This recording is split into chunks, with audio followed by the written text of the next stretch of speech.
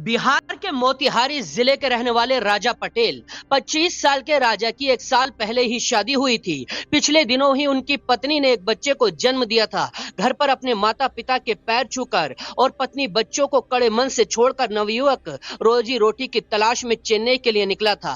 राजा Coromandel express में सवार होकर जा रहे थे, लेकिन कुछ ही दूरी तय करने के बाद हादसे में उनकी मौत हो गई। इस खबर से उनके घर में कोहराम मच गया। उधर घर के इकलौते कमाने वाले के जाने से माता पिता भी बुरी तरह टूट गए हैं। ठीक इसी तरह पश्चिम बंगाल के मालदा जिला निवासी मशरकुल भी कोरोमंडल एक्सप्रेस में मौत का शिकार बन गए। 32 साल के मशरकुल भी परिवार चलाने की खातिर रुपया पैसा कमाने चेन्नई के लिए निकले थे। शुक्रवार रात जब हादसे की खबर आई तो मशरकुल के परिवार को चिंता ने घेर लिया और सुबह होते होते उनके सपने टूट गए। अब परिवार को पता चला है कि उनका बेटा कभी लौट कर नहीं आएगा। मशरकुल परिवार का इकलौता कमाने वाले थे। ये मृतक अपने पीछे माता पिता, पत्नी और 6 साल के बेटे को छोड़ गए। बिहार के पूर्णिया जिला निवासी ललित को चेन्नई में मजदूरी का काम मिला था।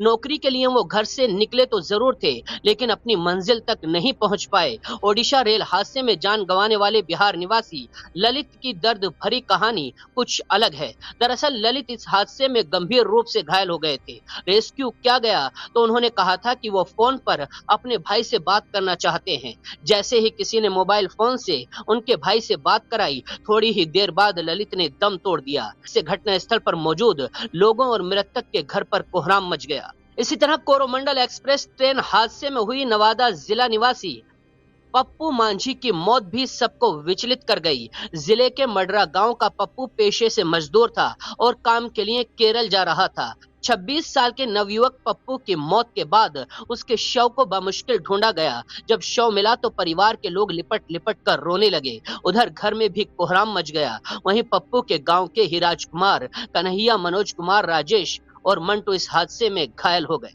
इनके अलावा पूर्वी चंपारण जिले के चिकनी गांव निवासी मजदूर की भी मौत हो गई।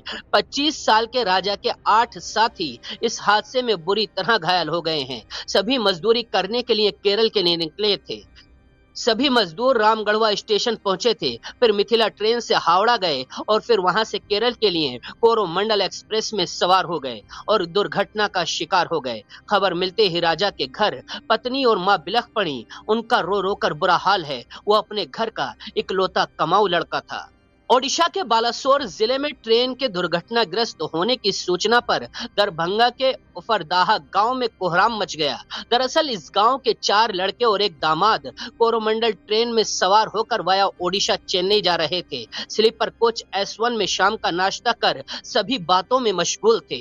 तभी अचानक जोरदार धक्का लगा और सब कुछ बिखर गया। हादसे में मधुबनी जिले के गंधुवारी निवासी राजेंद्र यादव की जान चली गई। वह उफरदाहा गांव से अपने ससुर रामविलास यादव के श्राद्ध क्रम में शामिल होने के लिए आए थे और वहां से रोजी रोटी के लिए ससुराल पक्ष के 4 लोगों संग चेन्नई जा रहे थे। बिहार के जमुई जिला निवासी एक युवक की मौत यशवंतपुरम एक्सप्रेस ट्रेन में हुई।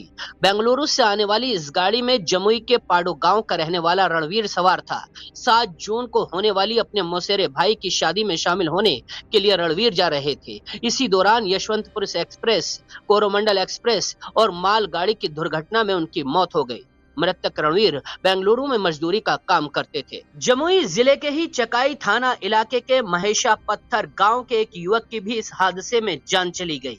दरअसल गांव का राम किस्कू बेंगलुरु से लौट रहा था। 2 हफ्ते पहले ही वह मजदूरी के लिए गया हुआ था, लेकिन उसको अपनी 6 माह की बेटी की तबीयत खराब होने की जानकारी मिली तो वो एक पिता होने के नाते घर लौट रहा था, लेकिन हादसे का शिकार हो गया। अब बेटे की मौत की खबर से अब घर वालों का रो रो कर बुरा हाल है। मृतक की पत्नी बेसुध हालत में है। वहीं महेशा पत्थर गांव का ही प्रेम किसको हादसे के बाद से लापता है।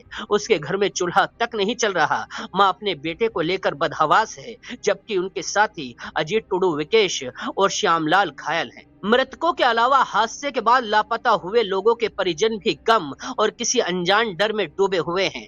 परिवार की महिलाएं बेसुध हैं तो पुरुषों के माथे पर चिंता की लकीरें हैं। बिहार के भागलपुर जिले में अब तक 12 लोग लापता हैं।